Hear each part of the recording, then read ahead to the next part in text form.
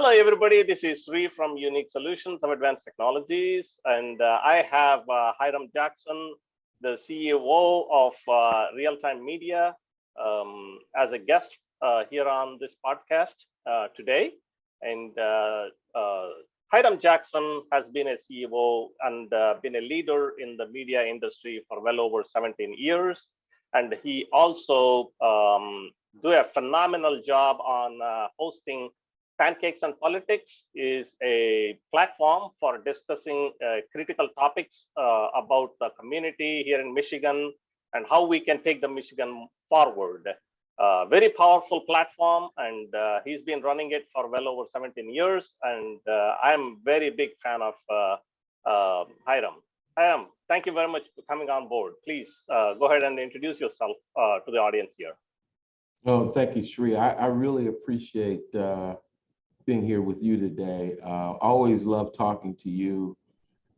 You have a phenomenal story and a phenomenal businessman, and so I've learned so much from you since we've had a chance to become friends. I'm the CEO of Real Times Media. Real Times Media is a national multimedia company that's headquartered in downtown Detroit. We have a division that consists of traditional newspapers. We own a company called RTM 360, which provides cultural marketing and strategic guidance for Fortune 500 companies. We also own a company called Who's Who in Black, which serves as a special events and publishing company and highlights African-American achievement in 15 cities. And also we do about 75 events a year. I should say pre-COVID, we were doing 75 events a year. So we have a very robust schedule. At the core of everything we do, our tagline is we celebrate African-American achievement. We provide amazing content, amazing events, and we tell stories about the Black community and shed information about what's going on. Excellent. Thank you very much. Your contribution to the Black community is certainly very impressive and very inspirational for the next generation. Taking that as a segue, as a challenge that we just had, and now that I wanted to comfortably say that we can look in the rear view mirror about COVID, although there are some cases here and there coming up, but I think we can comfortably say that we are looking at the COVID in the rear view mirror. But taking that into consideration, when you first heard the shutdown due to COVID in the March of 2020, what was your first reaction? How did you react to it? Wow. What went through in your mind as a business leader? Yeah, wow, that's an amazing question because you know, I immediately panicked, which is something that I don't normally do, but because we are in the activation business, we're in the special events business, everything that we do is rooted in being present in the community. I immediately saw that we weren't going to be able to do that. And so I didn't realize, just like everyone else, I didn't realize how long we would be shut down, but I knew that it would have a drastic impact on our revenue. And my immediate attention went to trying to make sure my employees were taken care of in a way that was consistent with, you know, keeping the company healthy.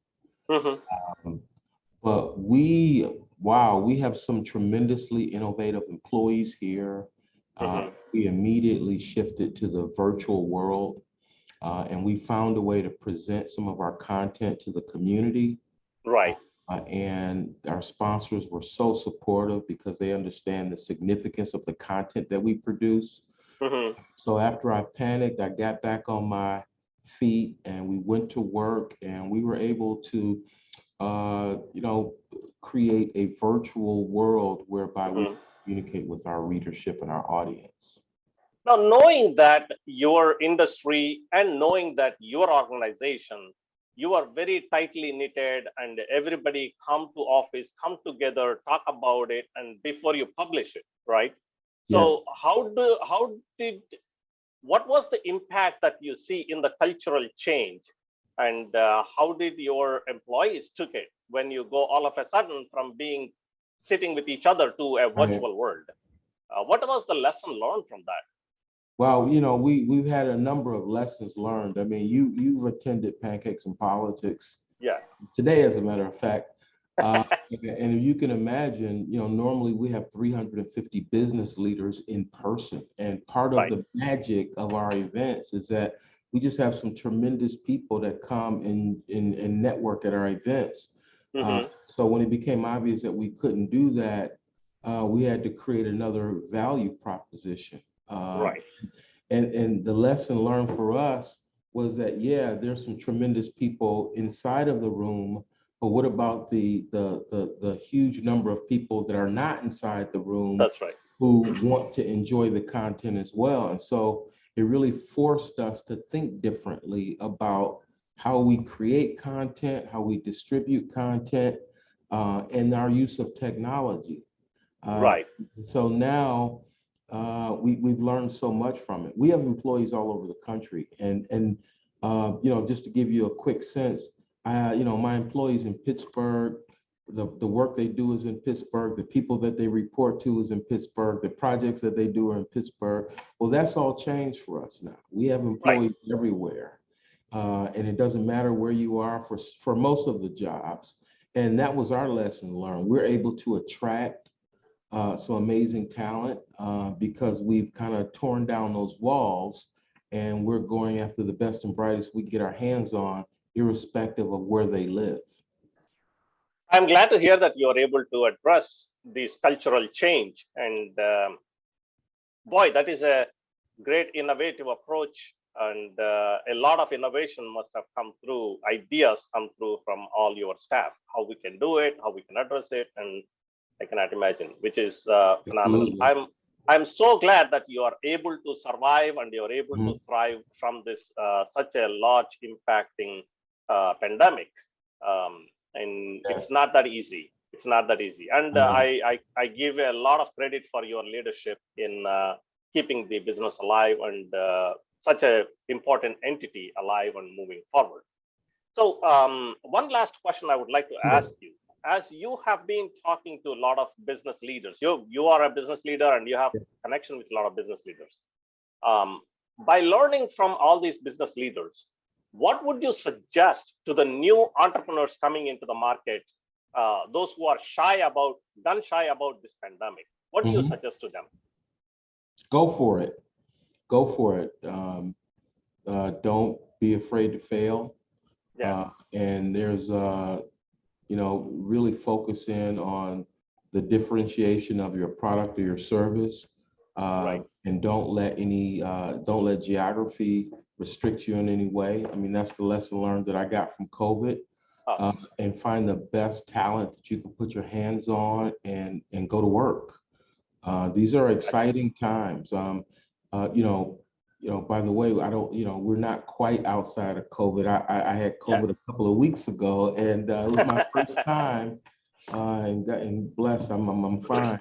But these are exciting times, and so I encourage everyone to go for it. And in this world, you can conduct business anywhere in the world through the use of technology, and people are accustomed to it and very accepting to it. So those will be my words. Thank you very much, Hiram. That is great advice for the new entrepreneurs and young entrepreneurs coming into the market. And especially a powerful leader and a phenomenal leader like you, advices coming in will be more encouraging for the next generation to come. Thank you very much for participating in this interview. I greatly appreciate your time and your input for the rest of the business community and for the future generations. Thank you very much. Thank you. I appreciate your friendship, man, and we'll talk soon. Love to.